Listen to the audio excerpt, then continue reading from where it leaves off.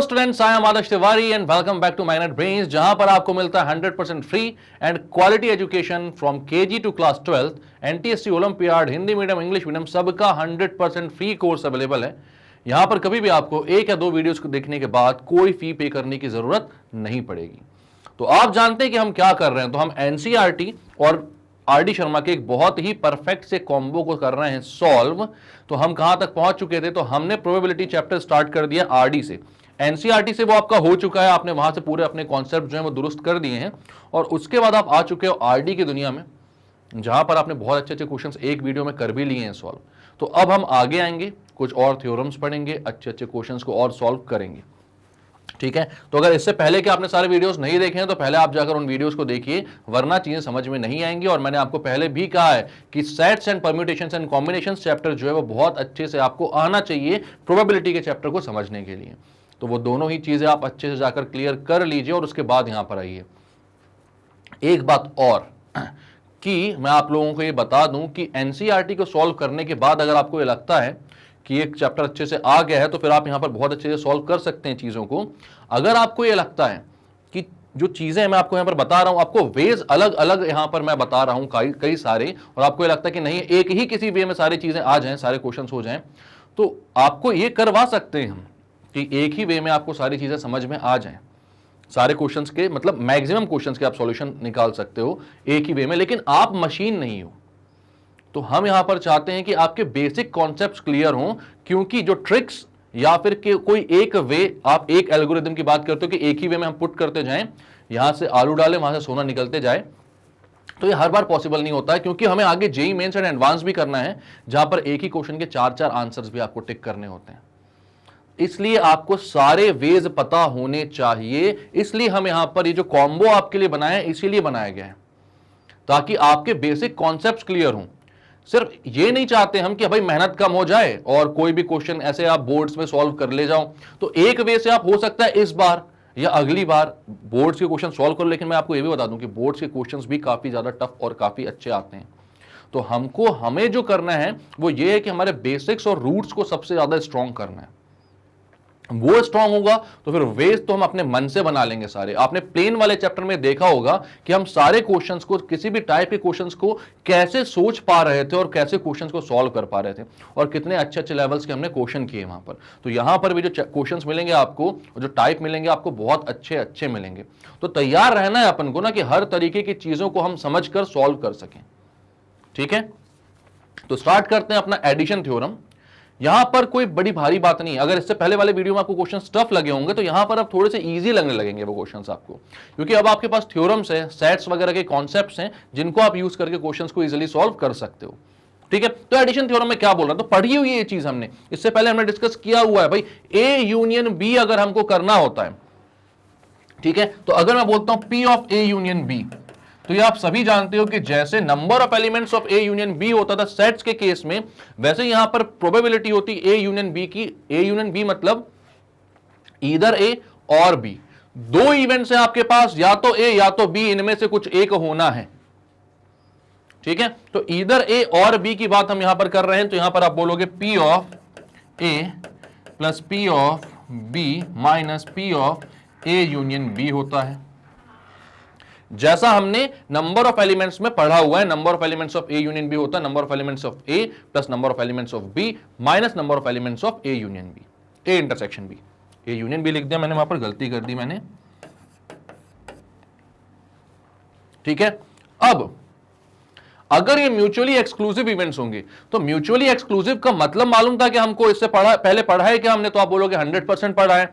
Mutually exclusive का मतलब होता है डिसजॉइंट सेट्स जो होते हैं, जिनका इंटरसेक्शन क्या आता है, फाई आता है, जिनके इंटरसेक्शन में कोई भी नंबर ऑफ एलिमेंट्स नहीं होगा, वो दोनों कभी भी साइमल्टेनियसली अकर नहीं कर सकते। एक हो रहा है तो दूसरा नहीं होगा, दूसरा हो रहा है तो पहला नहीं होगा। तो ऐसे सेट्स होते हैं डिसजॉइंट सेट्स, और यहां पर ऐसे इवेंट्स को कहते हैं म्यूचुअली एक्सक्लूसिव इवेंट्स। ये डिसजॉइंट होते हैं, इनका इंटरसेक्शन फाई होता है, इसलिए वहां पर फाई 0 हो जाएगा। और आप सिंपली क्या कर दोगे, अगर आपसे कोई पूछेगा ए और बी के होने की प्रोबेबिलिटी, तो आप बोल दोगे इन दोनों के प्रोबेबिलिटीज का सम। यही होता है आपका probability of A union B. Clear है बात? तो अब इसी के फॉर्मूले को यूज करके कुछ क्वेश्चंस हमको करना है और कुछ भी नहीं है इसमें। इजी कॉन्सेप्ट है, बड़ा इजी कॉन्सेप्ट है। चलो, तो पहला क्वेश्चन क्या बोल रहा है, for any two events A and B associated to a random experiment prove that P of A equals to P of A intersection B plus P of A intersection B dash। तो हमको बोल रहा है P of A जो होता है ये P of A intersection B plus P of A intersection B dash के इक्वल होता है। तो वैसे तो मैं आपको ये बोल सकता हूं कि आप सेट्स में जाकर देखो, मैंने सारी चीजें करवाई हुई हैं, लेकिन यहां पर प्रोबेबिलिटी में भी हमको ये करना पड़ेगा क्योंकि ऐसे क्वेश्चंस भी उठकर आपके एग्जाम में आ जाते हैं। ठीक है, तो यहां पर मैं बोलता हूं आपके पास एक सेट है, आपके पास ये क्या होता है भाई, यूनिवर्सल सेट होता है। पता है आपको स्क्वायर में हम क्या डिनोट करते हैं, एक रेक्टेंगल में एक यूनिवर्सल सेट को डिनोट करते हैं। इसके बाद आप बोलते हो एक सेट है ए, दूसरा सेट है बी। ये है आपका एक पोर्शन, ठीक है, ये आपका दूसरा पोर्शन है और ये बीच वाला आपका तीसरा पोर्शन है। ठीक है, ये है आपका क्या, तो आप बोलोगे पूरा P ऑफ A क्या है, ये पूरा सर्कल जो रेड वाला है ये है A, ये सर्कल है B, ये पोर्शन है आपका A इंटरसेक्शन B। ठीक है, ये पोर्शन जो ब्लैक से मैंने किया हुआ है शेड वो कौन सा है आपका, तो आपको साफ साफ दिख रहा है, आपको यहां पर बोलना है कि P ऑफ A जो होता है वो P of A intersection B plus P of A intersection B dash के इक्वल होता है। ठीक है, तो यहां पर आपको दिख रहा है कि ये जो पोर्शन होता है यही होता है आपका P of A intersection B dash, या सिर्फ यहां पर क्या बोलोगे, ये क्या होता है आपका सेट की बात कर रहे हैं, प्रोबेबिलिटी नहीं बोलूं तो मैं, तो ये होता है A intersection B dash. A intersection B dash का मतलब A का इंटरसेक्शन B के कॉम्प्लीमेंट के साथ, तो B का कॉम्प्लीमेंट क्या होता है, तो इस B के सर्कल को छोड़ दो, बाकी पूरी जगह जो है वो B का कॉम्प्लीमेंट है और उसका इंटरसेक्शन ले रहे हो आप किसके साथ, A सेट के साथ। तो कौन सा वाला पोर्शन आएगा, तो A का वो पोर्शन आएगा जिसमें B नहीं हो रहा है। ठीक है, तो ये कितना हो जाएगा भाई, A इंटरसेक्शन B डैश, ये वाला पोर्शन दिख रहा है हमें। ठीक है, और ये वाला पोर्शन कौन सा दिख रहा है, तो ये है आपका B इंटरसेक्शन A डैश। अब हमको बताना है कि P ऑफ A जो होता है वो P of A intersection B plus P of A intersection B dash के इक्वल होता है। तो डायग्राम से आपको साफ साफ दिख रहा है कि P ऑफ A को आप बोल सकते हो P of A intersection B union A intersection B dash. यहां पर आपको दिख रहा है ये जो सर्कल पूरा ए का सर्कल फॉर्म होगा, कब फॉर्म होगा, जब आप बोलोगे कि ये क्या है, ए इंटरसेक्शन बी डैश, और ये वाला जो छोटा वाला पोर्शन है रेड वाला वो क्या है, ए इंटरसेक्शन बी। इन दोनों का यूनियन है P of A. A set जो है आपका, ए सेट जो है वो क्या है, ए इंटरसेक्शन बी डैश और ए इंटरसेक्शन बी का यूनियन है। ठीक है, तो आप यहां पर बोलते हो कि सब नॉर्मली आप बोलो, चलो सेट्स की लैंग्वेज में बोलो पहले तो ए सेट बोलोगे आप, तो वो कितना हो जाएगा, A intersection B union A intersection B dash के इक्वल। तो P ऑफ A कितना हो जाएगा, तो P ऑफ A हो जाएगा P of A intersection B union A intersection B dash. ठीक है, अब यहां पर आप बोलोगे भाई A इंटरसेक्शन B और A इंटरसेक्शन B डैश जो हैं वो कैसे सेट हैं, तो आप यहां पर देख रहे हो भाई A इंटरसेक्शन B का कोई भी portion A intersection B dash में आ रहा है क्या, नहीं आ रहा है। ये तो ब्लैक वाला पोर्शन अलग है, रेड वाला पोर्शन अलग है, दोनों ही डिसजॉइंट सेट्स हैं। तो आप यहां पर बोलोगे A intersection B and A intersection B dash are disjoint sets. तो डिसजॉइंट सेट जो हैं वही क्या होते हैं, म्यूचुअली एक्सक्लूसिव। तो जो म्यूचुअली एक्सक्लूसिव होते हैं उनका यूनियन निकालने के लिए आप डायरेक्टली उन दोनों सेट्स के प्रोबेबिलिटीज को ऐड कर देते हो। तो यहां पर आप क्या बोलोगे, ये जो अपने इक्वेशन आ रही थी भाई कि P ऑफ A जो था वो P of A intersection B union P of A intersection B dash के इक्वल था, तो इन दोनों का जो यूनियन है एक्चुअल में वो इन दोनों की प्रोबेबिलिटीज का क्या होगा, सम होगा। इससे पहले वाले स्लाइड में हमने देखा हुआ है। P of A union B P of A plus P of B के बराबर होता था, ये बीच में दिख रहा होगा अगर आपको, तो जब ये दोनों सेट डिसजॉइंट होते थे या दोनों म्यूचुअली एक्सक्लूसिव होते थे। तो यहां पर म्यूचुअली एक्सक्लूसिव है, इसलिए आप बोल दोगे किसके इक्वल है, P of A intersection B plus P of A intersection B dash, और यही आपको प्रूव करना था। क्लियर है?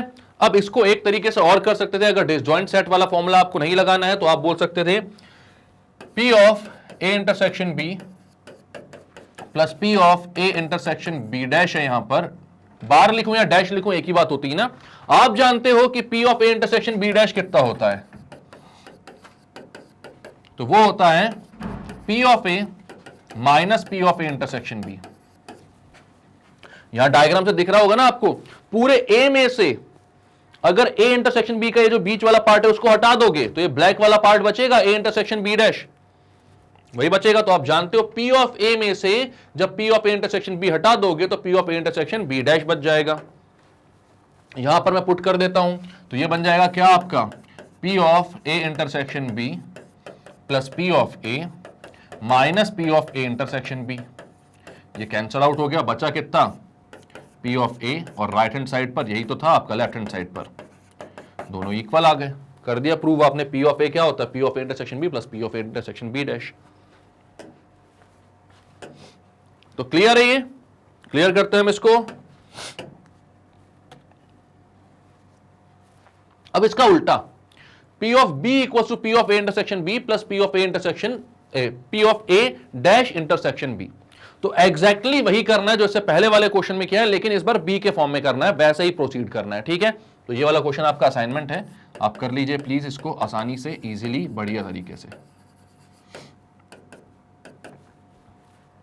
क्लियर है? अब नेक्स्ट क्या बोल रहा है, P of A union B P of A intersection B plus P of A intersection B dash plus P of A dash intersection B के इक्वल है। उसको वापस ले आते हैं अपन, किसको, इसको। अब यहां पर देखो,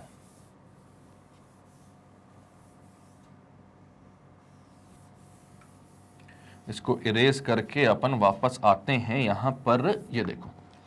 अब देखो P of A union B is equal to बोल रहा है P of A intersection B plus P of A intersection B dash plus P of A dash intersection B। तो यहां पर आप देख रहे हो A यूनियन B ये पूरे दोनों सर्कल को बना रहा है, तो आप बोल सकते हो P of A union B जो होगा वो कितना होगा,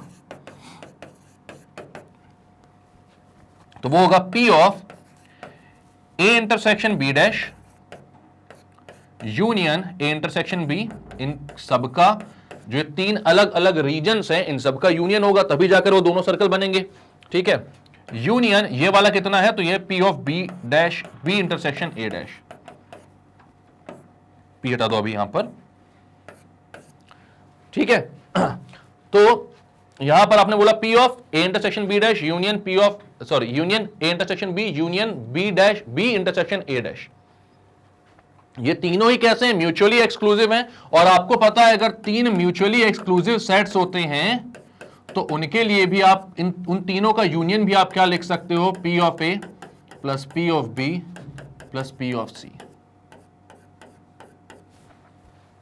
तो यहां पर आप इनका तीनों का यूनियन क्या लिख सकते हो, P of A intersection B dash plus P of A intersection B plus P of B intersection A dash.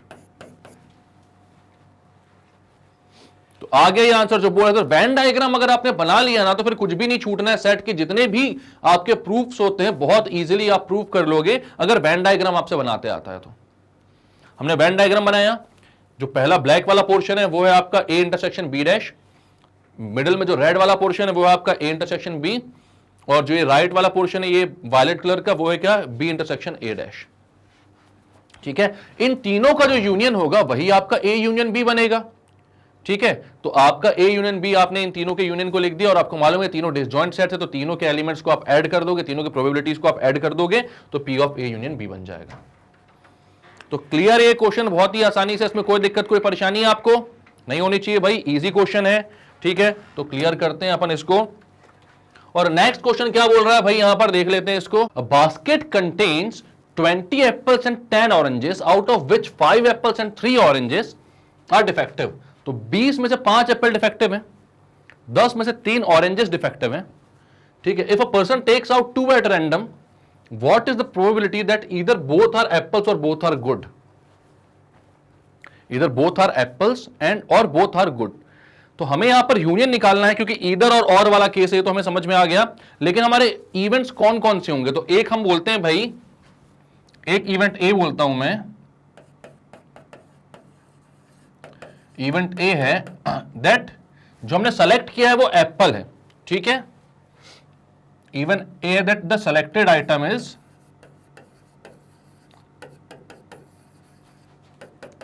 Apple.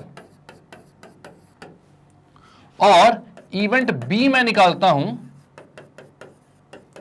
That the selected item is good, ठीक है।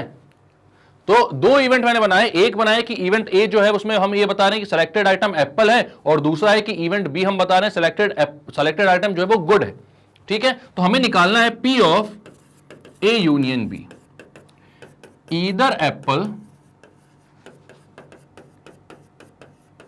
और good, both are either apple और both are either good. दो हमें दो item एक साथ में सेलेक्ट करना। सेलेक्टेड आइटम्स आर लिख देते हैं भाई, दो चीज सेलेक्ट की है ना आपने,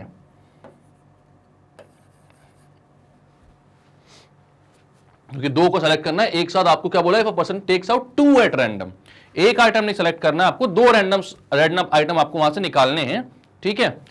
what is the probability that either both are apples और बोथ आर गुड। तो क्या प्रोबेबिलिटी होगी कि दोनों जो हैं वो या तो एप्पल हो या फिर दोनों जो हैं वो क्या हो, गुड हो।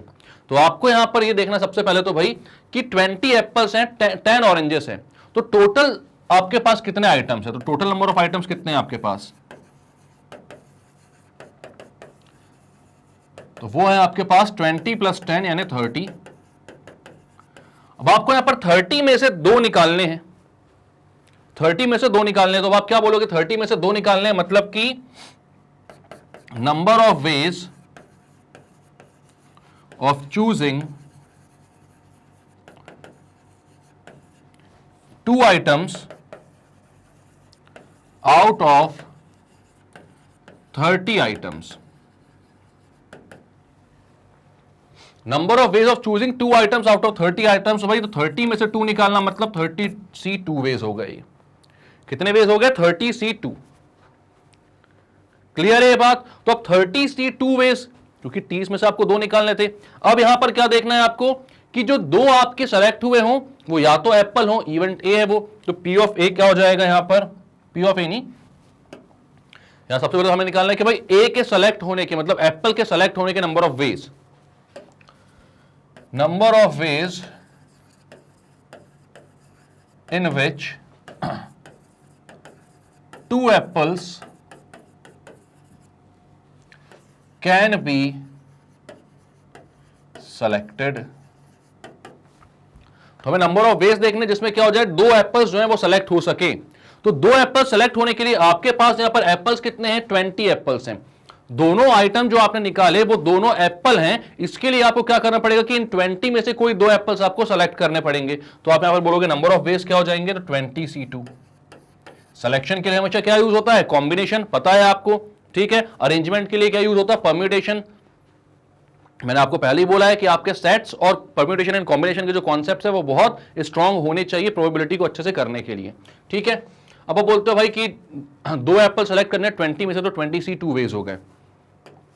इसके बाद जो बी इवेंट हमारा क्या है, बोथ आर गुड, दोनों गुड होने चाहिए। तो गुड कितने हैं, तो आप यहां पर बोलोगे भाई 5 एप्पल और 3 ऑरेंजेस आर डिफेक्टिव, ठीक है। 5 एप्पल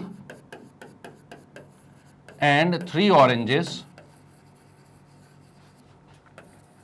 are defective। 5 एप्पल और 3 ऑरेंजेस कैसे हैं, डिफेक्टिव हैं। अगर 5 एप्पल और 3 ऑरेंजेस डिफेक्टिव हैं तो यहां पर ये 30 से कंफ्यूज हो जाएंगे, यहां पर 3 ऑरेंजेस है ना, ठीक है। तो यहां पर आपके पास अच्छे आइटम कितने हो जाएंगे, तो आप बोलोगे number of items that are good यहां पर मैं आइटम बोल दे रहा हूं, फ्रूट्स है वो अलग बात है, ठीक है। तो कितने हो जाएंगे भाई, 5 + 3 यानी 8 आपके डिफेक्टिव आइटम्स हो गए। टोटल आपके पास 30 आइटम्स थे, तो यहां पर गुड आइटम्स कितने हो जाएंगे, तो आप बोलोगे 30 - 8 हो जाएंगे 22। तो 22 आइटम ऐसे आ गए, 22 आइटम्स ऐसे आ गए जो कि कैसे हैं, गुड हैं, ठीक है। तो आपने बोला भाई 22 आइटम्स आर गुड, देन आपसे बोल रहा है कि अब उन 22 में अब आपको क्या चाहिए, event B that both are good. Both are good मतलब कि जो दो आइटम्स आपने सेलेक्ट किए वो दोनों गुड हों, यानी वो अच्छे आइटम से ही सेलेक्ट होकर आए होंगे भाई। तो इन 22 आइटम्स में से आपको दो को सेलेक्ट करना है, तो आप क्या बोलोगे, number of ways of choosing two good items. दो गुड आइटम्स को आपको चूज करना, तो इसके कितने नंबर ऑफ वेज हो जाएंगे, तो आप बोलोगे 22 आपके पास टोटल आइटम है, इसमें से दो को सेलेक्ट करना है, 22 C2 वेज हो गए आपके गुड आइटम्स को चूज करने के। अब हमें मालूम है आपको निकालना है P of A union B। P of A union B क्या होता है, तो आप सभी जानते हो P of A union B होता है P of A plus P of B minus P of A intersection B।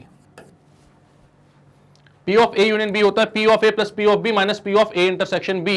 तो आप यहां पर बोलोगे कि भाई आपके पास P ऑफ A है, बिल्कुल आप निकाल सकते हो, जहां पर A क्या है, दोनों एप्पल आने की प्रोबेबिलिटी, B क्या है, दोनों को गुड आने की प्रोबेबिलिटी, वो दोनों निकाल सकते हो। लेकिन क्या ऐसा भी आपके पास इंटरसेक्शन आ रहा है कि जो आइटम आपने सेलेक्ट किए हैं वो एप्पल भी हों और वो गुड भी हों, तो बिल्कुल आ रहा है ऐसा। कितने एप्पल गुड हैं, तो भाई 20 में से 5 एप्पल खराब हैं, तो अच्छे एप्पल कितने, तो आप बोलोगे अच्छे एप्पल्स हैं 15। तो आप यहां पर बोलोगे नंबर ऑफ गुड एप्पल्स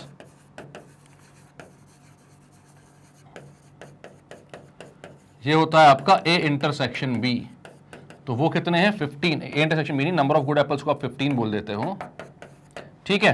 अब आप बोलते हो A इंटरसेक्शन B, मतलब कि आपको सेलेक्ट करना है उन गुड एप्पल्स में से, दो आइटम सेलेक्ट हुए हैं और वो दो गुड एप्पल्स में सेलेक्ट हुए हैं, तो आप बोलोगे number of ways of choosing two good apples, तो हो जाएगा 15 C2। इस 15 में से आपको दो गुड एप्पल्स चूज करने हैं, ठीक है। तो अब यहां पर प्रोबेबिलिटी की बात करते हैं हम, तो PA कितना हो जाएगा, तो भाई एप्पल के सेलेक्ट होने के नंबर ऑफ वेज कितने थे, टोटल तो 30 C2 थे, एप्पल के सेलेक्ट होने के नंबर ऑफ वेज कितने थे 20 C2। एप्पल्स 20 C2 वेज में दो एप्पल सेलेक्ट हो रहे हैं, तो आपका फेवरेबल इवेंट आ गया 20 C2, क्योंकि एप्पल का सेलेक्ट होना है P of A, probability of A मतलब इवेंट क्या बता रहा है कि एप्पल सेलेक्ट हुए हैं दो। Total number of ways of selecting क्या था, तो वो था भाई 30 C2। तो टोटल को नीचे, फेवरेबल को ऊपर, फेवरेबल अपॉन टोटल क्या होता है आपकी प्रोबेबिलिटी, ठीक है, प्लस अब दूसरा वाला क्या है, बी किसको लिया था आपने कि गुड आइटम सेलेक्ट हो, तो गुड आइटम के सेलेक्ट होने के नंबर ऑफ वेज कितने थे, तो गुड आइटम के सेलेक्ट होने के नंबर ऑफ वेज थे 22 C2। तो 22 C2 लिख देते हो आप यहां पर, वो फेवरेबल इवेंट है आपका, और टोटल इवेंट है 30 C2 minus P of A intersection B, मतलब कि ऐसा आइटम सेलेक्ट हो रहा है जो गुड भी है और एप्पल भी है, तो उसके नंबर ऑफ वेज है 15 C2। तो ये हो गया आपके नंबर ऑफ वेज 15 C2, और टोटल कितना है तो 30 C2। तो ये आपके पास आ जाएगा P of A union B है ये, सॉरी, जहां पर P ऑफ A लिखा है आपने 20 C2 by 30 C2, P of B लिखा है 22 C2 by 30 C2, P of A intersection B लिखा है 15 C2 by 30 C2।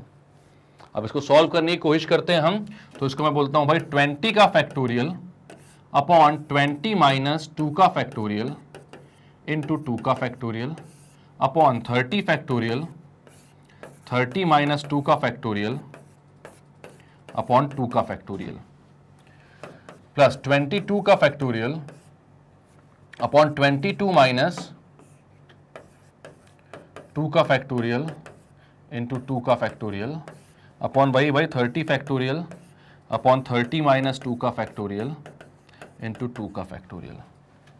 Minus 15 factorial upon 15 minus 2 factorial into 2 factorial upon 30 factorial 30 minus 2 factorial into 2 factorial. अब ये 30 वाला है, इसको आप बाहर निकाल सकते हो चाहो तो, ठीक है। पहले इसको अपन सॉल्व करते हैं। 20 अपॉन 18 इंटू 2 का फैक्टोरियल है, ठीक है। तो आप इसको लिखते हो यहां पर, 30 वाले को लास्ट में लिख देंगे, पहले सबको ऊपर वाले को ऐड कर देते हैं। डिनोमिनेटर सबका सेम ही है, ऐड कर सकते हो, ठीक है। तो 20 फैक्टोरियल को आप लिखोगे 20 into 19 into 18 factorial upon 20 minus 2 हो जाएगा 18 फैक्टोरियल इंटू 2 इंटू 1। तो 18 से 18 कैंसिल, 2 1 जा 2 10 जा,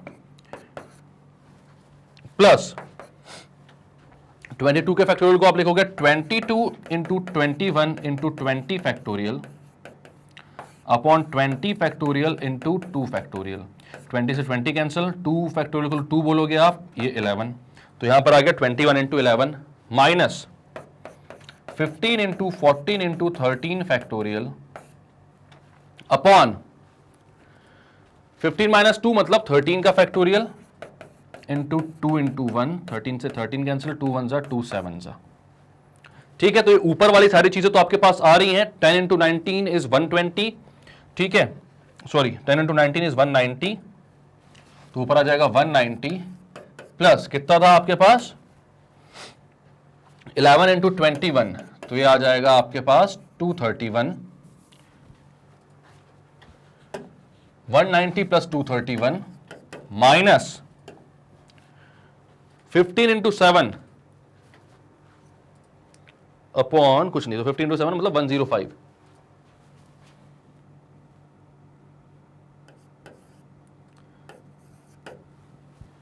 ठीक है, तो अब कितना बचेगा आपके पास, तो आप करते हो भाई 190 प्लस 231, तो ये आता है आपके पास 421। इससे आप माइनस करते हो 105 को, तो कितना आ जाएगा आपके पास 6 1 और 3 316। तो ये आ गया आपके पास 316 न्यूमरेटर में, और इसके डिनोमिनेटर में क्या है, तो 316 के डिनोमिनेटर में भाई 30 फैक्टोरियल अपॉन 30 माइनस 2 मतलब 28 फैक्टोरियल इंटू 2 फैक्टोरियल। तो इसको आप लिख सकते हो 30 into 29 into 28 factorial upon 28 factorial into 2 का फैक्टोरियल मतलब 2 इंटू 1। 2 1 जा 2 15 जा, 28 के फैक्टोरियल से 28 कैंसिल।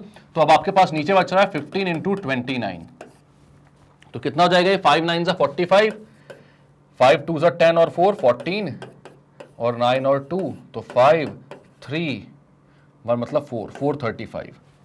तो आंसर आ रहा है आपके पास 316 अपॉन 435। कितना आंसर आ रहा है भाई, 316 अपॉन 435। तो क्या क्या किया आपने इस क्वेश्चन में, तो एक बार देखते हैं शुरुआत से हम। तो आपको बोला गया था भाई एक बास्केट है जो कि 20 एप्पल और 10 ऑरेंजेस को कंटेन करता है, 20 एप्पल्स एंड 10 ऑरेंजेस, ठीक है। आपने बोला out of which 5 apples and 3 oranges are defective, 5 apple defective है, 3 ऑरेंजेस डिफेक्टिव हैं, ठीक है।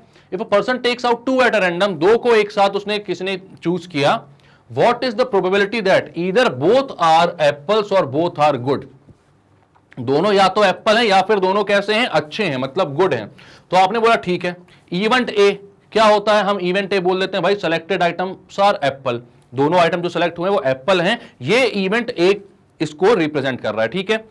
इवेंट बी बोला आपने सेलेक्टेड आइटम दोनों के दोनों कैसे हैं, गुड हैं, क्योंकि आपको ईदर बोथ आर एप्पल और बोथ आर गुड, तो ए यूनियन बी की बात कर रहा है वो आपके लिए, ठीक है। तो ए यूनियन बी हो गया, ईदर एप्पल और गुड, दोनों एक साथ आ रहे हैं।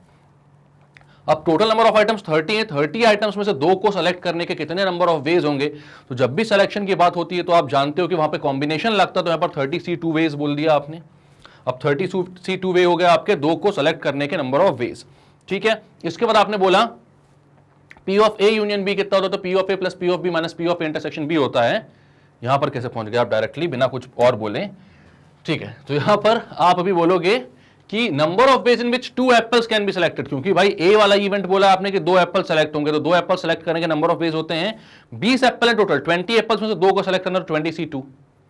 और गुड आइटम्स कितने, तो बैड आइटम्स में भाई 5 एप्पल और 3 ऑरेंजेस डिफेक्टिव हैं, तो 5 + 3 8 आइटम्स जो हैं वो डिफेक्टिव हैं। तो बचे हुए 22 आइटम्स कैसे होंगे? गुड। अब बोथ आर गुड भी है ना, एक ऑप्शन बी वाला इवेंट जो हो जाएगा वो गुड आइटम्स में से दो को सेलेक्ट करने का मतलब 22C2 हो जाएगा। इसके बाद हम जानते हैं P of A union B जब भी लिखेंगे तो P of A plus P of B minus P of A intersection भी आएगा। तो क्या दोनों का कुछ इंटरसेक्शन भी है? क्या ऐसा भी हो रहा है कि भाई गुड भी हो रहा है और एप्पल भी हो रहा है? तो आपने बोला बिल्कुल। 20 में से 5 एप्पल खराब है, 15 तो गुड है ना। तो अगर उन 15 में से 2 एप्पल सेलेक्ट हो गए तो वो केस ऐसा हो जाएगा कि वो गुड भी हो जाएगा और एप्पल भी, मतलब एप्पल और गुड का इंटरसेक्शन, तो वो आपको माइनस करना पड़ेगा। तो 15C2 आपने माइनस करने के लिए लिख लिया। अब इस फॉर्मूले में आपने सारी वैल्यूज पुट करी, आपने कॉम्बिनेशन को सॉल्व किया और फाइनल आंसर आपका जो निकल कर आया वो आया 316/435। तो क्लियर है ये क्वेश्चन? सो क्लियर करते हैं हम। नेक्स्ट क्वेश्चन क्या बोल रहा है भाई? अब यहां पर बोल रहा है भाई the probability that a person will get an electric contract is 2/5। तो इस बात की प्रोबेबिलिटी कि पर्सन जो है उसको इलेक्ट्रिक कॉन्ट्रैक्ट मिलेगा, मतलब इलेक्ट्रीशियन भी है ये और कॉन्ट्रैक्ट भी ले रहा है ये, मतलब कॉन्ट्रैक्टर भी है, इलेक्ट्रीशियन है कॉन्ट्रैक्टर है, बहुत बढ़िया। इस बात की probability 2/5 and the probability that he will not gate plumbing contract. Plumber भी है ये, मतलब सब कुछ है भाई, इलेक्ट्रीशियन है, मतलब तेज आदमी है ये तो, बहुत बढ़िया। इलेक्ट्रीशियन भी है, कॉन्ट्रैक्टर भी है, प्लम्बर भी है। प्लम्बिंग कॉन्ट्रैक्ट इज 4/7, मतलब ये प्रोबेबिलिटी कि भाई 4 में से 7 में से 4 बार इसको प्लम्बिंग कॉन्ट्रैक्ट नहीं मिलेगा। If the probability of getting at least 1 contract is 2/3, ठीक है, प्रोबेबिलिटी एक कम से कम एक कॉन्ट्रैक्ट के मिलने की प्रोबेबिलिटी 2/3 है। What is the probability that he will get both? दोनों के मिलने की प्रोबेबिलिटी क्या होगी? इलेक्ट्रीशियन भी हो जाए, प्लम्बर भी हो जाए, मतलब इलेक्ट्रीशियन इलेक्ट्रिक का कॉन्ट्रैक्ट भी मिल जाए और प्लम्बिंग का कॉन्ट्रैक्ट भी मिल जाए। ये भाई इतना मतलब मल्टी टैलेंटेड आदमी तो मुझे सिर्फ एक ही नजर आता, हमारा पवन भैया। जानते हैं ना आप लोग उसको? अरे बहुत बहुत तेज आदमी हो, यहीं पर हमारे साथ रहते हैं, मेरे लाइव सेशंस में भी आते हैं वो, और बहुत ही टैलेंटेड आदमी है वो सारे काम एक साथ कर सकते हैं, वो खतरनाक हैं बहुत। मैथ्स भी आती है, साइंस भी आती है, फिजिक्स वगैरह, केमिस्ट्री, बायो, डॉक्टर, इंजीनियर सब बन सकते हैं, वो बहुत तेज आदमी है, ठीक है। तो अब यहां पर बोल रहा है कि if the probability of getting at least 1 contract is 2/3, what is the probability that he will get both? At least 1 contract मिलने की क्या मतलब हुआ? मतलब आपके पास 2 इवेंट्स है, दोनों में से कम एक के होने की, इसको ही तो हम बोलते हैं A यूनियन B। याद है कि नहीं याद है? तो आप यहां पर बोलते हो भाई सबसे पहले तो कि इलेक्ट्रिक कॉन्ट्रैक्ट को आप किससे शो कर रहे हो? A से। प्लम्बिंग को आप किससे शो कर रहे हो? B से, ठीक है। इलेक्ट्रिक कॉन्ट्रैक्ट को आप A से रिप्रेजेंट कर रहे हो, प्लम्बिंग कॉन्ट्रैक्ट को आप रिप्रेजेंट कर रहे हो B से। अब आपको यहां पर क्या पता? तो आपको पता है कि प्रोबेबिलिटी दैट पवन भैया विल गेट इलेक्ट्रिक कॉन्ट्रैक्ट, तो ये हो गया 2/5। Probability that he will not gate मतलब B बार और B dash, he will not gate plumbing contract is 4/7। तो क्या यहां से मैं इनके प्लम्बिंग कॉन्ट्रैक्ट के मिलने की प्रोबेबिलिटी निकाल सकता हूं क्या? तो आप बोलेंगे बिल्कुल 100% निकाल सकते हो। तो यहां से आप लिख सकते हो P ऑफ B होता है 1 माइनस P ऑफ B बार, यानी कि 1 माइनस 4/7 यानी कि 3/7। अब एलसीएम लेकर ऐड कर लोगे ना यार, वो भी बताऊं मैं। 7 × 1 is 7, 7 - 4 is 3, 3/7। क्लियर है? तो भाई प्लम्बिंग कॉन्ट्रैक्ट के मिलने की प्रोबेबिलिटी आ गई 3/7। अब हमें क्या बोला है? If the probability of getting at least 1, अरे यार बहुत ही इजी क्वेश्चन हो गए भाई। अब तो P of A union B क्या दिया हुआ है? 2/3। दोनों में से एक के मिलने की जो प्रोबेबिलिटी है वो 2/3 है। तो अब यहां पर P of A union B हो गया 2/3। तो अब आप क्या बोलोगे? आपको निकालना है P of A intersection B, और इसका फॉर्मूला आप जानते हैं, बहुत अच्छे तरीके से जानते हैं। क्या जानते हैं? कि P of A intersection B होता है P of A plus P of B minus P of A union B। जानते हो ना? नहीं जानते हो तो भाई ये वाला फॉर्मूला याद कर लो। P of A union B होता है P ऑफ A, वैसे पढ़ा हुआ अपन ये सारे फॉर्मूले सेट्स में भी पढ़े और इससे पहले वाले वीडियोस में भी पढ़े हैं, ठीक है। P of A plus P of B minus P of A intersection B। इसको यहां भेजो, इसको यहां भेजो, आंसर आ जाएगा आपका, मतलब P of A intersection B का फॉर्मूला आ जाएगा। और A इंटरसेक्शन B ही तो है भाई बोथ, मतलब if the probability of getting at least 1 contract is 2/3, मतलब P of A union B is 2/3। What is the probability that he will get both? Both मतलब दोनों काम साइमल्टेनियसली एक साथ हो जाएं, तो वो तभी होता है जब ए इंटरसेक्शन बी की बात की जाए। तो यहां पर ए इंटरसेक्शन बी निकाल लो भाई। अब तो आपके पास सारी चीजें हैं। पी ऑफ ए है 2/5, पी ऑफ बी है 3/7, बहुत बढ़िया, minus P of A union B है 2/3। यार अब ये सब डिनोमिनेटर्स अलग अलग करके दे दिए, एक साथ दे देते तो क्या चला जाता है इनका। तो अब यहां पर कितना आ जाएगा भाई डिनोमिनेटर, तो आप बोलोगे 5 7 35, 35 इंटू 3 हो जाएगा 105। अब 5 के टेबल में 105 कितना टाइम्स में आएगा, तो वो आएगा 21 टाइम्स में। 2 इंटू 21 करोगे तो 42, प्लस 7 के टेबल में 105 कितना टाइम्स में आएगा, तो भाई 7 के टेबल में करोगे तो 7 1 7 बचा 3, मतलब कि 7 5 35, ठीक है। तो अब ये 15 टाइम्स में 15 3 45 आ गया, माइनस 3 के टेबल में 105 कितने टाइम्स में आएगा, तो 3 3 9, 3 5 15, तो ये 70 आ गया। तो अब 42 प्लस 45 आप करोगे तो हो जाएगा 87, माइनस 70 करोगे तो 17, तो आंसर आ गया आपका 17/105।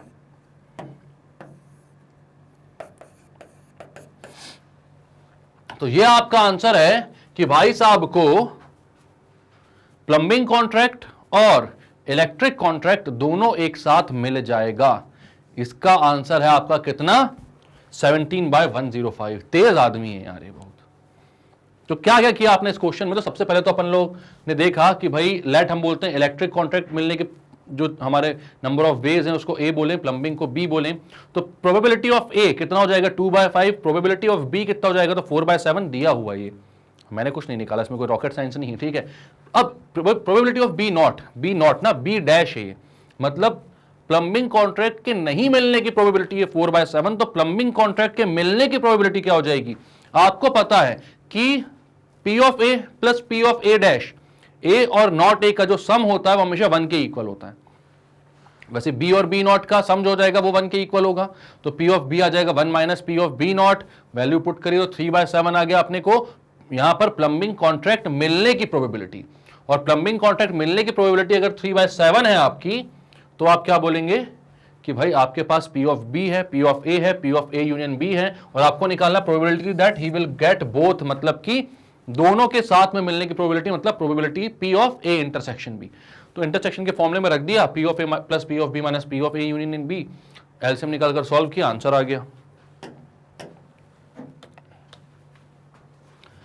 अब ये बढ़िया क्वेश्चन है भाई, क्या बोल रहा था, probability of simultaneous occurrence of at least one of two events A and B is P।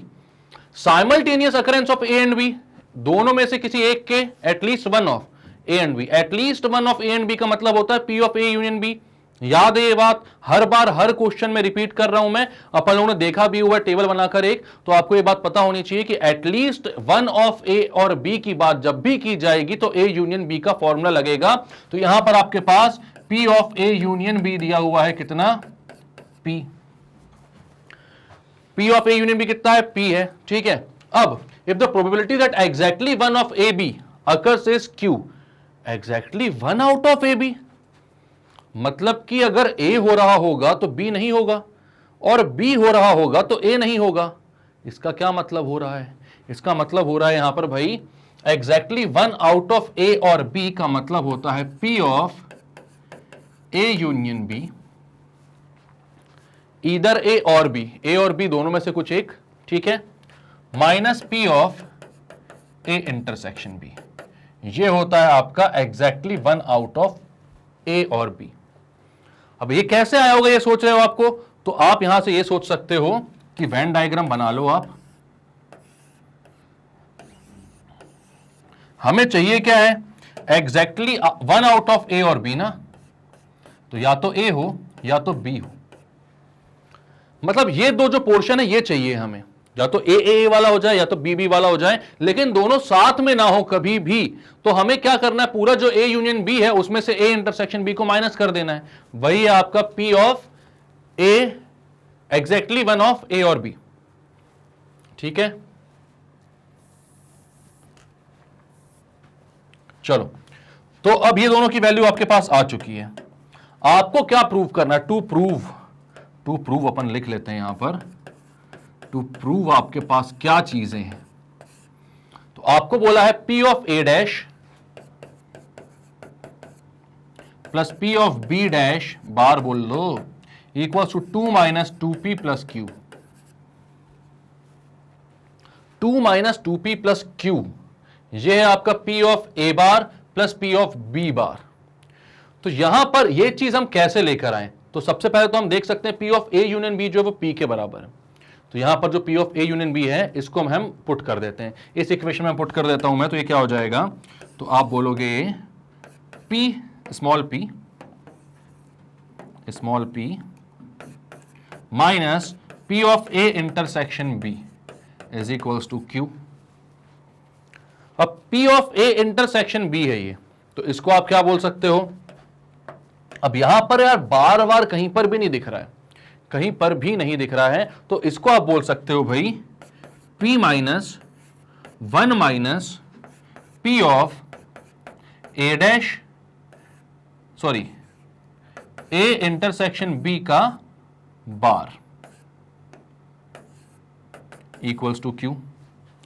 अब ये कैसा है आप सोचोगे? ये कैपिटल P है ना, तो आप बोलोगे यहां पर कि भाई P of A intersection B plus P of A intersection B का बार, मतलब किसी एक के होने की प्रोबेबिलिटी प्लस उसके नहीं होने की प्रोबेबिलिटी मिलकर पूरा 1 बना लेते हैं। आप जानते हो P of A plus P of A बार जो होता है वो 1 होता है। वैसे ही यहां पर आपने बोला P of A intersection B plus P of A intersection B का बार भी 1 हो जाएगा।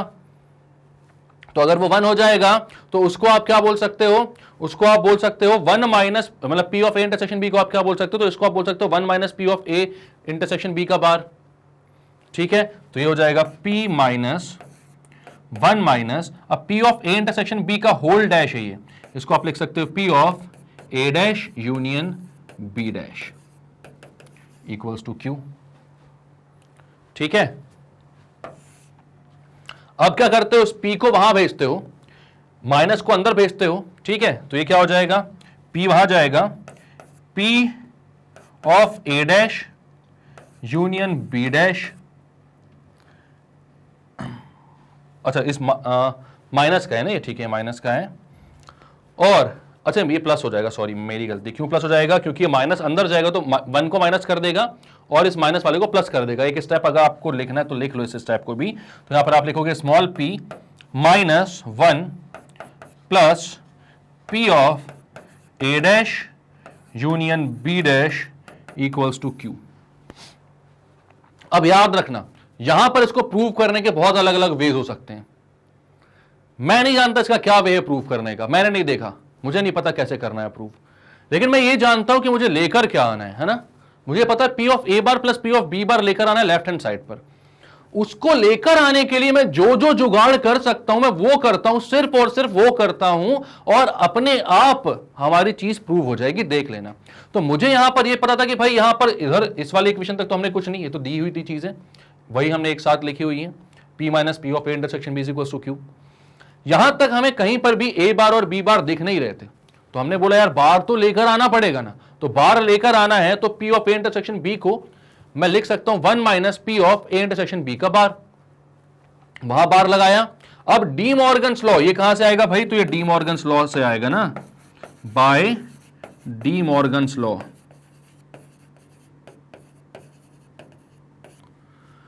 डी मॉर्गन्स लॉ में हमने सेट में पढ़ा हुआ है कि A union A intersection B का डैश होल का बार वो क्या होता है? तो यहां से होल बार को आप इंडिविजुअल में डिस्ट्रीब्यूट कर दो और इंटरसेक्शन की जगह यूनियन लगा दो, तो ये आ जाता है हमारे पास। क्लियर है? तो यहां पर ये यहां तक पहुंच गए हम। अब इस P और 1 को वहां पर भेज देते हैं। यहां पर मेरे पास है probability of A dash union B dash equals to Q minus P plus 1।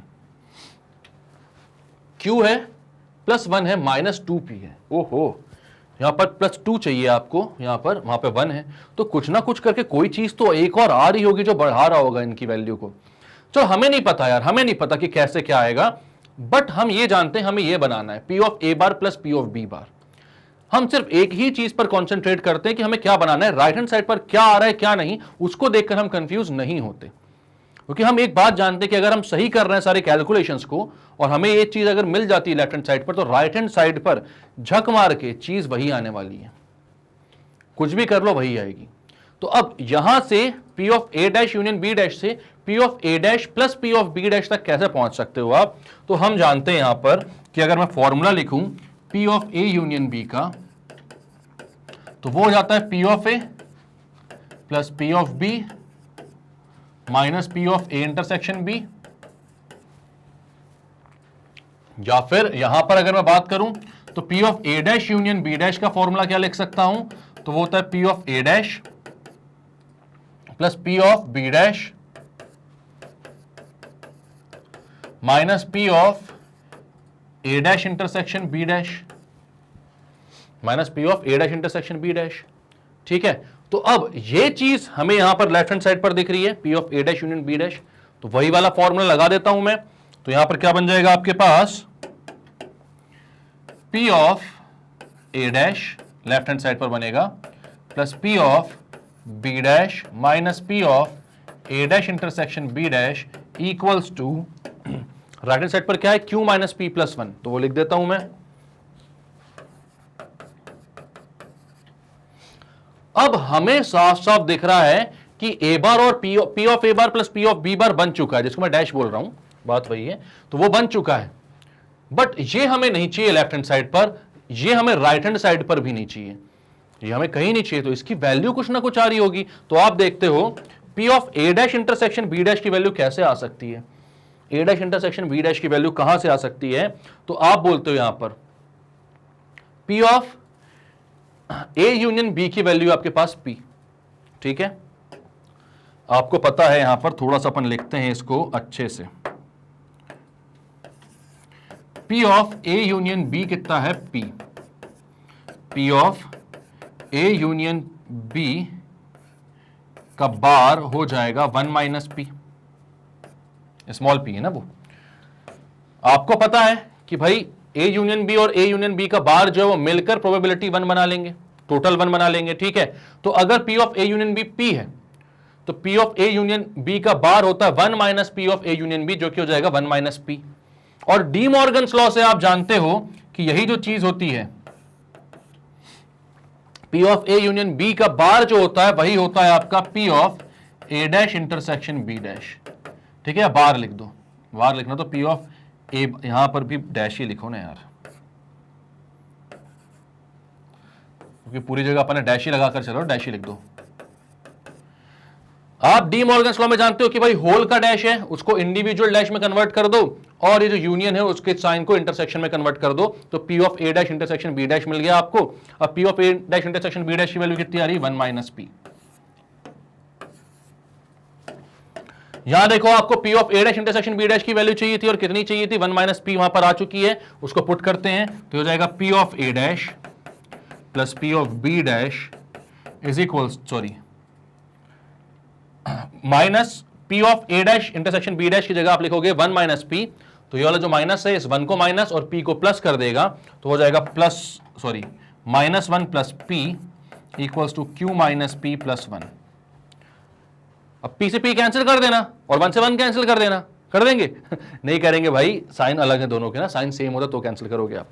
इन पूरे को उठाकर वहां पर भेज देते हैं, तो P of A dash plus P of B dash equals to, plus P वहां जाकर माइनस हो जाएगा, एक माइनस P पहले से था तो माइनस 2P हो जाएगा, माइनस 1 जाके वहां पे प्लस 1 हो जाएगा, तो एक प्लस 1 पहले से था तो प्लस 2 हो जाएगा। तो यह आ जाएगा भाई, कितना प्रूफ करना था आपको? 2 माइनस 2P प्लस 2Q, वही एग्जैक्टली बन जाएगा। मैं वहां पर कितना प्रूफ कर रहा था देखा, इसलिए क्योंकि किस ऑर्डर में करना था, ऑर्डर कैसे भी लिख दो आंसर वही होता है, बट अब जैसा बोला गया तो वैसे ही लिख दिया मैंने। यहां पर P वहां जाकर माइनस हो गया तो माइनस 2P हो गया, माइनस 1 वहां जाके प्लस 1 हो गया तो प्लस 2 हो गया, 2 माइनस 2P प्लस Q, यही आपको प्रूव करना था। P of A dash plus P of B dash की वैल्यू को, आंसर आ गया आपका। क्लियर है? अच्छा क्वेश्चन है ये, थोड़ा सा समझ के चलना है भाई इसको, है ना।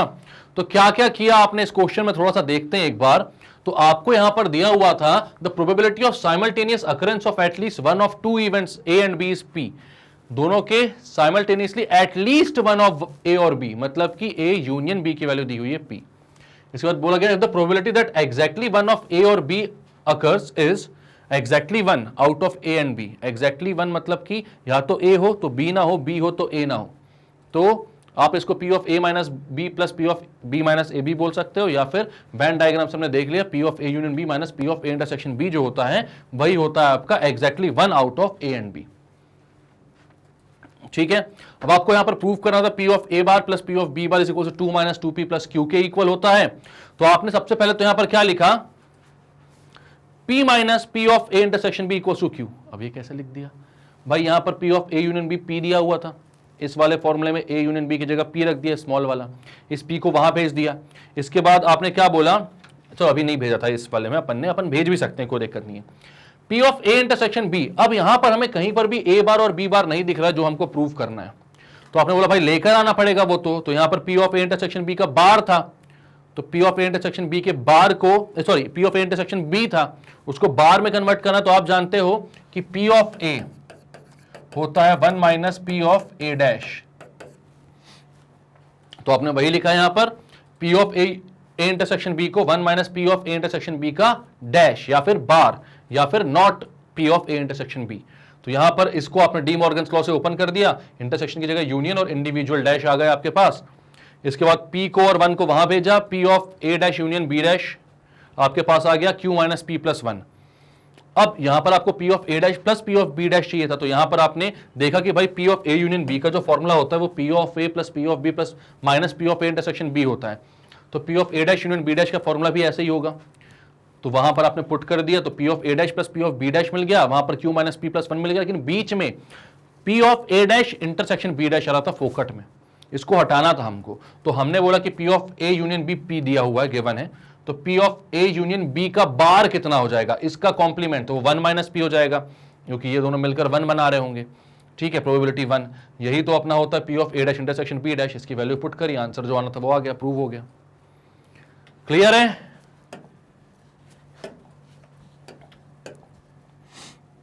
चलो तो नेक्स्ट क्वेश्चन क्या बोल रहा है, the probabilities that a student pass in mathematics physics chemistry are M P and C, मतलब कि मैथ्स में पास होने की प्रोबेबिलिटी है एम, फिजिक्स में पास होने की प्रोबेबिलिटी है पी, एंड केमिस्ट्री में पास होने की प्रोबेबिलिटी है सी।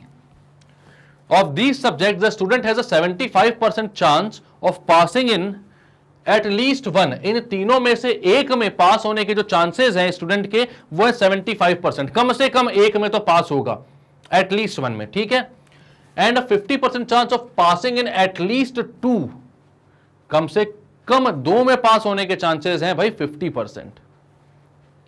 ठीक है, and 40% chances of passing in exactly 2, और 40% चांस है पास होने में एग्जैक्टली 2 में।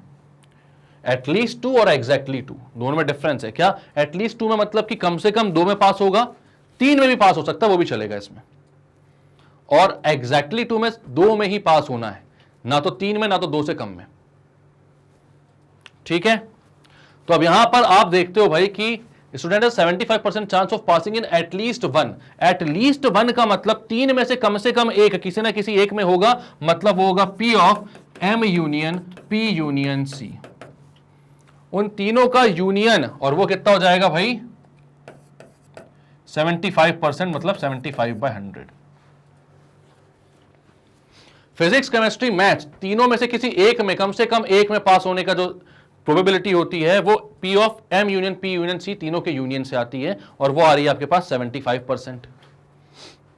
Find the value of P plus M plus C बोल रहा है ना वो, मतलब small p plus small c plus small m की वैल्यू चाहिए अपन को, उनके सम की। अब हमें क्या दिया हुआ है, चांस ऑफ पासिंग, ठीक है 50% chance of passing in at least 2, कम से कम 2 में, कम से कम 2 में मतलब 2 से ज्यादा वाला चलेगा आपको, 2 से ज्यादा वाला चलेगा, कम से कम 2 में मतलब कि आप एक बार वेन डायग्राम बनाते हो, ये वैसे आपको पता होना चाहिए, और इसके बाद आप लोगों को ये बार बार बताना ना पड़े, आप इसको लिख कर रख लेना।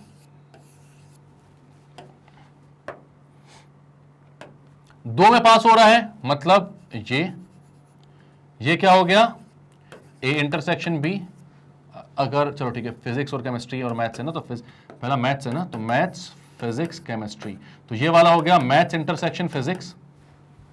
ठीक है, और ये वाला हो गया फिजिक्स इंटरसेक्शन केमिस्ट्री, इसको मैं अलग उससे लिखता हूं,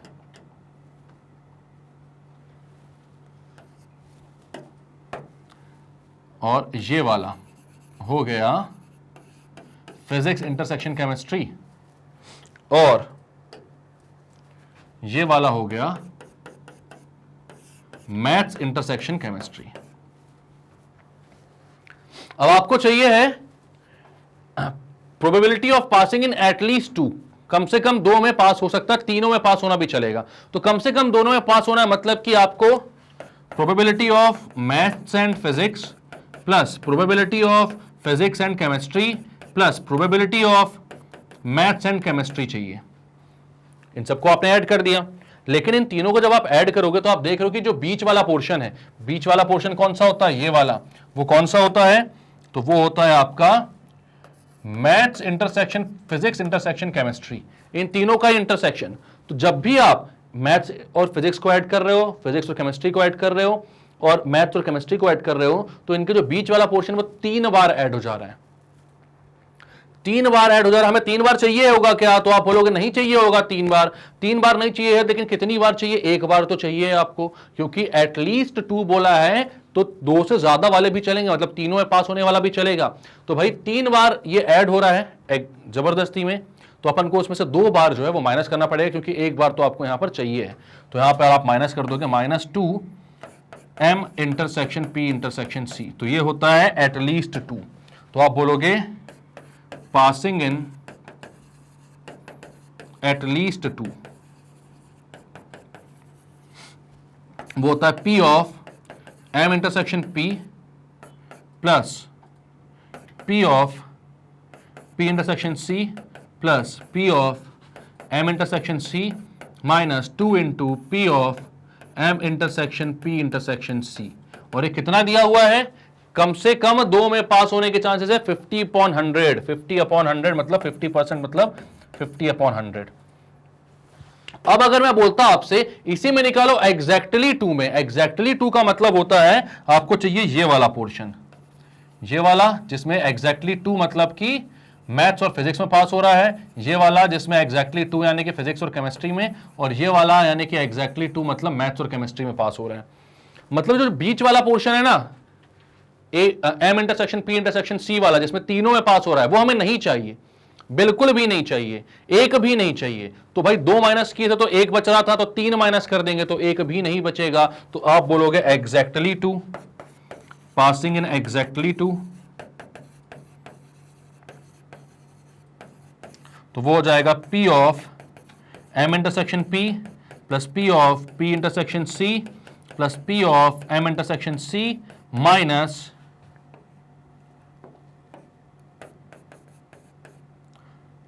3 into P of M intersection P intersection C।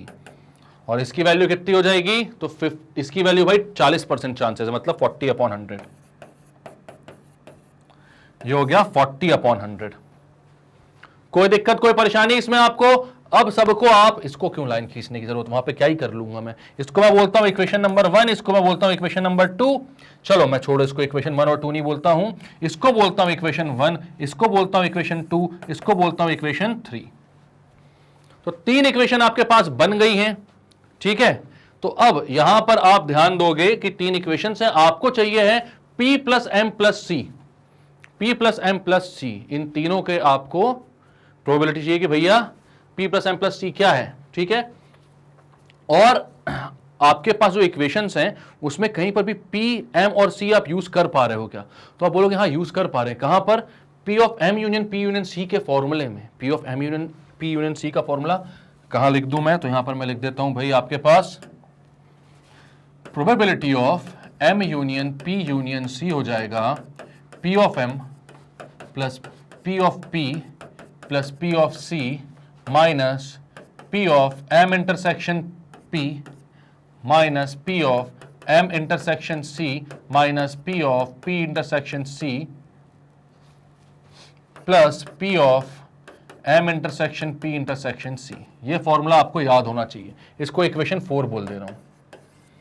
अब देखो इंडिविजुअल चीजों की वैल्यू कैसा निकल कर आएगी। हमें M इंटरसेक्शन, यहां इस फॉर्मूले में अगर मुझे P of M union P union C पता है? अगर मैं आपसे पूछूं तो आप बोलोगे हाँ 100% पता है। P of M union P union C कितना है? 75/100। ठीक है, हमें वैल्यू चाहिए P of M plus P of P plus P of C, यही है ना आपका स्मॉल पी स्मॉल एम और स्मॉल सी, यही है आपका। तो उसकी वैल्यू चाहिए अपन को, मतलब आपको ये वैल्यू पता होनी चाहिए। आपको पता होना चाहिए probability of M intersection P plus M intersection C plus M P intersection C, और value of probability of M intersection P intersection C. इन सब की वैल्यू अगर आपके पास आ गई तो फिर इस इक्वेशन में पुट करके आप पी प्लस एम प्लस सी की वैल्यू निकाल सकते हो बहुत आसानी से। बात क्लियर है आपको? तो अब आप क्या बोलते हो? यहां पर इक्वेशंस दिख रही हैं आपको। आप अगर ये बोलते हो कि भाई सब्ट्रैक्टिंग इक्वेशन 2 फ्रॉम 3 या सब्ट्रैक्टिंग इक्वेशन 3 फ्रॉम 2, इन दोनों इक्वेशंस को अगर आप सब्ट्रैक्ट कर दोगे तो आपके पास ये तीनों जो वैल्यूज हैं ये कैंसल आउट हो जाएंगी, कोई दिक्कत नहीं है, और आपके पास वैल्यू हो जाएगी M intersection P intersection C की। तो आप बोलते हो भाई यही चीज ठीक है, सब्ट्रैक्टिंग इक्वेशन 2 फ्रॉम 3 या 3 फ्रॉम 2। बात एक ही है, बट मैं थोड़ा सा आलस कर जाता हूं इस बात से कि यार यहां का माइनस हट जाएगा, अपन को फालतू में माइनस माइनस लगाना नहीं पड़ेगा। 50 बड़ा है 40 छोटा है, तो बड़े से छोटे वाले को अपन माइनस कर लेंगे। ठीक है, तो अब देखो इन तीनों को माइनस करोगे तो ये M intersection P cancel out हो जाएगा, P intersection C cancel out हो जाएगा, M intersection C cancel out हो जाएगा। बचेगा कितना? -2 plus 3 P of M intersection P intersection C. तो आपके पास बचेगा -2 plus -2 P of M intersection P intersection C plus 3 P of M intersection P intersection C equals to right hand side पर कितना? 50 में से 40 जाएगा भाई, बचेगा 10। 10/100 यानी कि 1/10। ठीक है, तो यहां पर बच रहा है 1/10 मतलब 1/10 यार। ठीक है, अब 3 में से 2 को माइनस कर लो तो आपके पास आ जाएगा P of M intersection P intersection C कितना? 1/100। 100 जबरदस्ती हो जाएगा। पवन भैया जैसी हरकतें कर रहे हैं आप लोग, सस्ते नशे सस्ते नशे सस्ते नशे। तो यहां पर 1/10 होगा। P of M intersection P intersection C कितना होगा? 1/10। इसको बोलो इक्वेशन नंबर कितनी हो गई? 5। 5 इक्वेशन बनवा दी इनने अपन से। अब हमें वैल्यू चाहिए किसकी भाई? ये वाली आ गई। देखो जो जो आते जा रहा है ना उसको टिक करते जाते हैं अपन, जैसे पहले की मूवीज में नहीं होता था कि जिसको मारते जाते थे उन लोग उसके आगे क्रॉस लगाते जाते थे, उसके चेहरे के आगे। तो वो यहां पर करते जा रहे हैं, जिसकी वैल्यू अपने पास आते जा रही है उसको टिक लगाते जाओ, और जो बची हुई वैल्यूज हैं उनको अपन फाइंड करने की कोशिश करते जाते हैं। अब आपको निकालना है यहां पर ये चीजें आपको पता है, ये तो आप इसकी वैल्यू नहीं निकालोगे। यही है आपका m प्लस पी प्लस सी, इसकी वैल्यू तो आपको यहां पर बतानी है इस क्वेश्चन में। तो आप यहां पर m intersection p, m intersection c और p इंटरसेक्शन c की वैल्यू निकालते हो। ठीक है, यहां देखो इक्वेशन नंबर 2 में अगर मैं probability of m intersection p intersection c को पुट कर दूंगा तो मेरे पास m intersection p plus p intersection c plus m intersection c आ जाएगा। तो आप बोलोगे 100%, तो वो कर देते हैं हम पुट। तो मैं बोलता हूं पुटिंग दिस इन, ये जो अपन ने प्रूव किया है, पुटिंग इन इक्वेशन 2, तो आपके पास वैल्यू आ जाएगी भाई p of m intersection p of m intersection p plus P of P intersection C plus P of M intersection C, M intersection C, P intersection C, M intersection P। ठीक है, minus 2 into P of M intersection P intersection C है, तो 2 into P of M intersection P intersection C मतलब कि कितनी value थी उसकी? 1/10, तो -2/10 आ गई है। Equals to right hand side पर कितना है अपने पास? 5/10। 50/100 को 5/10 तो लिख सकते हो ना। तो अब ये कितना हो जाएगा? P of M intersection P plus P of P intersection C plus P of M intersection C equals to 5 plus 2 मतलब कि 7/10। ये आ गई इक्वेशन 6। अब भैया देखिए आपके पास इसकी पूरे की वैल्यू है, मतलब अगर आप माइनस का साइन कॉमन निकाल लें तो उसकी वैल्यू आपके पास आ जाएगी। ठीक है, तो अब आप बोलते हो क्या इस फॉर्मूले को, इसी फॉर्मूले को P of M union P union C equals to आपका जो P of M, P of P, P of C था, small m small p small c, वो पुट कर देता हूं मैं यहां पर। यहां से माइनस कॉमन निकाल लेता हूं, अंदर आ जाएगा P of M intersection P plus P of P intersection C plus P of M intersection C और प्लस साथ में क्या होता है आपके पास P of M intersection P intersection C। तो P of M intersection P intersection C, तो इन सब की वैल्यूज पुट करते, तो वैल्यूज सारी डालो भाई। M union P union C की वैल्यू 75/100, 3/4 बोल देता हूं डायरेक्टली, 75/100 इज 3/4, ठीक है। M plus P plus C को एज इट इज रख दो, माइनस इसकी वैल्यू कितनी निकल कर आई है यार, M intersection P P intersection C के 7/10, तो उसको 7/10 रख देता हूं, plus M intersection P intersection C की वैल्यू कितनी आई थी, तो M intersection P intersection C की वैल्यू कितनी आई थी 1/10, तो 1/10 पुट कर देता हूं, तो ये हो जाएगा भाई 3/4। M plus P plus C की वैल्यू आप बोलते हो तो 3/4, ये -7 + 1 हो जाएगा -6/10, -6/10 को आप बोल सकते हो -3/5, और वो इधर जाएगा तो प्लस का 3/5, तो प्लस 3/5 हो गया। अब इसको क्या बोलोगे आप, M plus P plus C की वैल्यू 5 3 = 15 प्लस 4 3 = 12 अपॉन 5 4 = 20, तो इनकी वैल्यू आ रही है 27/20। कितनी वैल्यू आ रही है भैया, 27/20, यानी कि 27/20। बात क्लियर है, क्या क्या किया, बढ़िया क्वेश्चन था, एकदम गयंद सा क्वेश्चन था ये, गयंद मतलब भारी सा होता है, ठीक है। तो यहां पर क्या बोला गया, the probabilities that a student pass in mathematics, physics and chemistry are M, P and C respectively. Of these subjects, the student has a 75% chance of passing in at least one. At least one का मतलब होता है इन तीनों में से कोई एक कम से कम, यानी कि M और P और C किसी एक में तो पास होगा ही, ठीक है। वायर M और P और C किसी एक में तो पास होगा ही, ये तो बन गया मतलब पोयम, राइमिंग। 75/100 हो गया, इसको इक्वेशन 1 बोल दी। इसके बाद आपने बोला पासिंग इन एटलीस्ट 2, कम से कम किसी दो में पास हो रहा है वो, एटलीस्ट 2 का मतलब है इन दो में या इन दो में पास होगा। अब इनको जब आप ऐड करते हो तो ये 3 बार ऐड हो जाता है, एटलीस्ट 2 में 3 बार, मतलब तीनों में पास होने वाला भी एक बार तो ऐड हो सकता है भाई। M intersection P intersection C भी तो चलेगा ना, तीनों में पास हो गया, एटलीस्ट 2 का मतलब ये थोड़ी कि 2 से ज्यादा नहीं हो सकता, 2 से ज्यादा में भी पास हो सकता है, तो उसको एक बार ऐड करना था, 3 बार ये हो रहा था तो हमने 2 बार माइनस कर दिया, तो एक इक्वेशन ये बनी। फिर एग्जैक्टली 2 करना था, तो एग्जैक्टली 2 में तीनों में पास होने वाला क्राइटेरिया नहीं चल पाएगा, तो वो जब हमको पता है कि जब हम इन तीनों को ऐड करते हैं तो 3 बार इनका इंटरसेक्शन ऐड हो जाता है, तो उनको उसको तीनों बार हमने माइनस कर दिया, क्योंकि एग्जैक्टली 2 बोला है, 3 वाला नहीं चलेगा, एग्जैक्टली 2 है ये एक इक्वेशन बनी। इन दोनों को मैंने सब्ट्रैक्ट कर दिया, ये यहां से हमने देखा था सारी चीजें ना, इन दोनों को मैंने सब्ट्रैक्ट किया। सबसे पहले सब्ट्रैक्ट क्यों किया, क्योंकि हमारे पास इसकी P of M union P union C का इक्वेशन थी, और वहां पर हम जानते हैं कि M plus P plus C की वैल्यू आ जाएगी अगर हमारे पास P of M intersection P, M intersection C, P intersection C की, और M intersection P intersection C की वैल्यू आ जाए, ठीक है। तो हमने दोनों को सब्ट्रैक्ट किया, तो हमारे पास P of M intersection P intersection C की वैल्यू आई 1/10, इसको उठाकर किसी भी एक इक्वेशन में पुट कर दोगे तो वहां से आपके पास P of M intersection P plus P intersection C plus M intersection C की वैल्यू आ जाएगी, वो आ गई आपके पास 7/10। ये वैल्यू उठाकर इस इक्वेशन में पुट कर दो, माइनस कॉमन निकालकर इसकी वैल्यू 1/10 पुट कर दो, इसकी वैल्यू 75/100 यानी 3/4 पुट कर दो, और आपके पास M plus P plus C की वैल्यू आ जाएगी 27/20। तो क्लियर है ये क्वेश्चन, बड़ा ही बढ़िया सा क्वेश्चन था, इसमें कोई दिक्कत परेशानी की बात तो नहीं है आपको, तो क्लियर करते हैं हम इसको। चलिए ओके, तो फिलहाल इस वीडियो में इतना ही। तो हमने क्या क्या पढ़ लिया यहां पर, तो हमने एडिशन थ्योरम पढ़ी और उससे रिलेटेड कुछ अच्छे अच्छे क्वेश्चन सॉल्व कर लिए, और फिर हमने यहां पर कुछ चीजें प्रूव भी करी हैं जो सेट थ्योरी में हमने वैसे भी प्रूव करी हुई हैं, बट यहां पे प्रोबेबिलिटी के लिए भी प्रूव करी। वेन डायग्राम का यूज कैसे होता है वो भी हमने देख लिया, तो काफी बढ़िया सेशन आपके लिए रहेगा ये, अगर आप लोग सब कुछ अच्छे से इससे एक्सट्रैक्ट कर पाओ तो।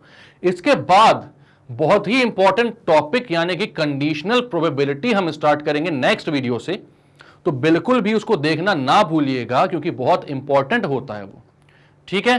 तो भाई अगर आपके पास आपके सारे वीडियोस जो हैं बहुत जल्दी से आराम से आपको मिल जाते हैं, आप आराम से देख लेते हैं इसको, तो ऐसा ही करते हुए चलिए।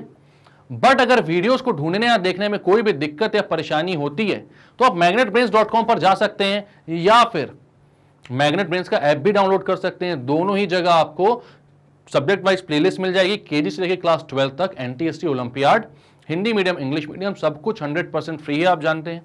ठीक है, तो आपको पता है आप क्लास 12 के इंग्लिश मीडियम के स्टूडेंट हो तो आप उस पर क्लिक कर दीजिए। जैसे ही क्लिक करोगे तो वहां पर सारे कोर्सेज आ जाएंगे, सारे 100% फ्री हैं। आप मैथ्स आरडी शर्मा पे जाके वॉच नाउ पे क्लिक करना।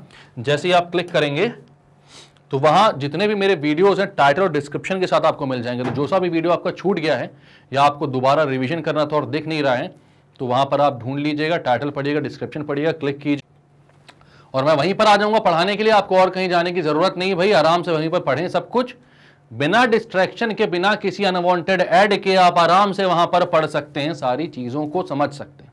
ठीक है, और एक और ये इंपॉर्टेंट सूचना आप सभी के लिए कि भाई मैग्नेट ब्रेन्स हिंदी अब लॉन्च हो चुका है।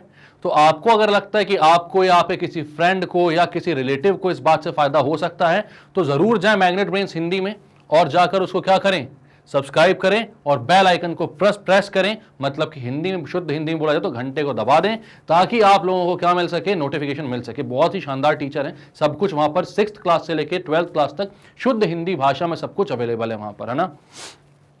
And last but not the least, अगर आपको सारे वीडियोस पसंद आ रहे हैं तो लाइक कीजिए इनको, सब्सक्राइब कीजिए हमारे चैनल को और शेयर कीजिए इनको अपने सारे फ्रेंड्स, फैमिली, दोस्त यार के साथ, क्योंकि मैग्नेट ब्रेन्स में सब कुछ अवेलेबल है, वो भी 100% फ्री है, सब कुछ फ्री है। तो हमारे लिए हमारी करेंसी क्या है, हमको क्या चाहिए, सिर्फ और सिर्फ आपका प्यार। तो इतना तो बनता है ना आपके साइड से। यहाँ पर आप जानते हो बहुत ही एक्सपीरियंस टीचर्स की टीम है, दिन रात मेहनत करती है और वीडियोस बनाती है आपके लिए, तो इतना तो बनता है। ठीक है, मिलेंगे नेक्स्ट वीडियो में जहां पर एक बहुत ही इंपॉर्टेंट टॉपिक को हम डिस्कस करने वाले हैं। मैंने बताया ही आपको, वो होता है कंडीशनल प्रोबेबिलिटी। वहां से आपको प्रोबेबिलिटी में एक अलग ही मजा आएगा। ठीक है, तो अगर आपने इससे पहले की वीडियोस नहीं देखे तो सब कुछ देख लें, परम्यूटेशन एंड कॉम्बिनेशन को स्ट्रॉन्ग कर लें, सेट्स को स्ट्रॉन्ग कर लें, उसके बाद अपन मिलेंगे नेक्स्ट वीडियो में। ठीक है, तो तब तक के लिए bye bye, keep revising and take care.